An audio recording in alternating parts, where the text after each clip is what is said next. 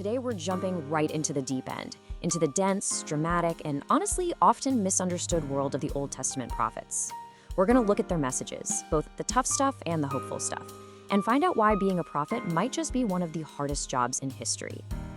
Okay, so to really get this, I want you to imagine you're scrolling through job openings and you come across one that is, well, it's on a whole other level. Forget high-stress corporate jobs, this one's different. I mean, check out this one ad somebody put together to describe the role. It's funny, but it's also not a joke. It perfectly captures the challenge these people faced. You had to be spiritually wide open, but emotionally tough as nails. And the job requirements, they were just brutal. This was no side hustle, right? This was a life-consuming mission with some serious personal risk. I mean, your day-to-day included slander and persecution. Sure, the eternal retirement plan was great, but you had to survive the job first. So when you boil it all down, their job description was really about one thing. They were messengers. Their role wasn't to win a popularity contest or sugarcoat anything. It was to speak the truth, no matter how much people didn't want to hear it. So what was this message they had to deliver? Well, think of it like a 1-2 punch, and it always started with the bad news first. A harsh warning delivered straight up, no chaser. See, the prophets were trying to get people to understand the root of the problem. For them, sin wasn't just, breaking a few rules here and there. It went so much deeper. It was a fundamental rebellion of the heart, a conscious nope to God's authority in their lives. To really drive this point home, the prophet Jeremiah used this incredible, hands-on analogy. He pictured the entire nation of Israel as this lump of clay in God's hands, the master potter. But the problem was, the clay had become defective. It was marred and totally resistant to what the potter was trying to make. And this leads to one of the most dramatic object lessons in the entire Bible. Jeremiah literally takes a finished clay jar, holds it up in front of all the city's leaders, and just smashes it to pieces on the ground. The message could not have been clearer.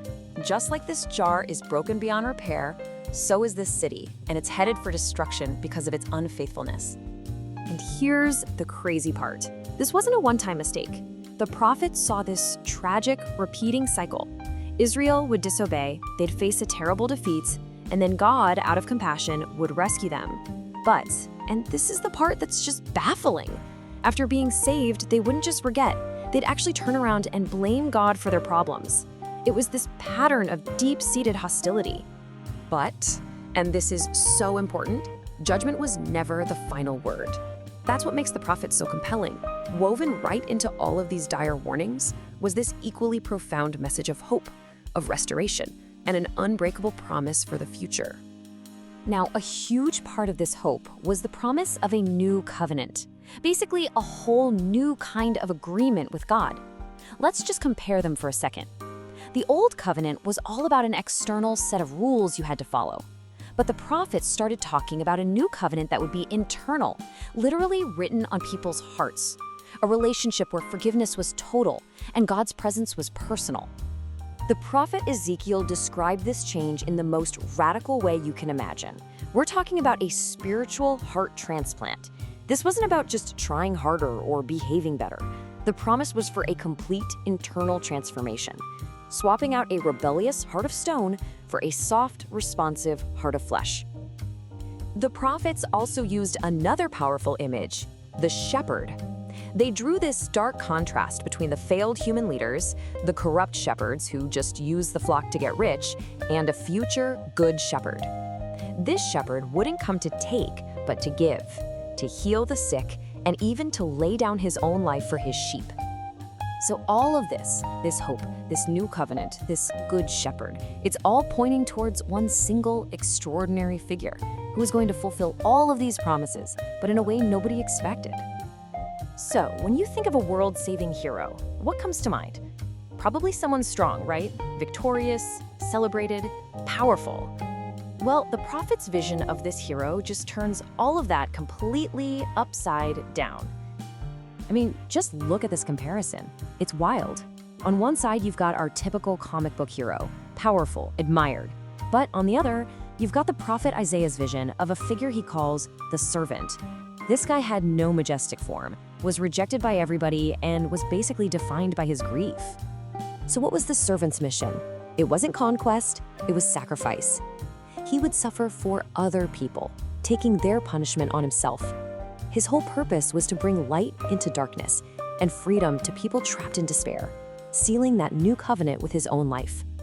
And this is where we get to the great paradox, the real heart of the prophet's message. The servant's suffering wasn't some tragic accident. It was the whole point. His greatest moment of defeat was actually the source of his ultimate victory. It was the plan all along. Okay, so let's bring this home. The story of the prophets isn't just some dusty old history lesson. It actually gives us a timeless pattern for how this mission of representing God in the world is supposed to continue today. If you look at Isaiah's own story of how he was called, it's like a roadmap for everyone.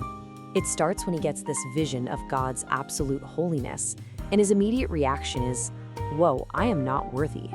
He's totally aware of his own flaws. But it doesn't end there. He then receives this cleansing, this forgiveness that completely changes him, and it's only then, empowered by that grace, that he can say yes to the mission. And here is the final crucial twist in the story. The mission didn't end with the prophets. That new covenant they talked about didn't just change hearts, it changed the job description. The responsibility got passed on from a few special individuals to all of God's followers, who are now called to be his ambassadors in the world. And you see this idea echoed all over the New Testament. This quote from Peter really nails it. Everyone has a gift, and everyone has a role to play in serving others. The prophet's special job has, in a very real way, become the people's job. And that leaves us with one last kind of provocative thought. The prophets made it clear that to be a part of God's work, a heart of stone had to become a heart of flesh. It was the essential requirement. And so this ancient message really becomes a very personal question for you and me today. What's the state of yours?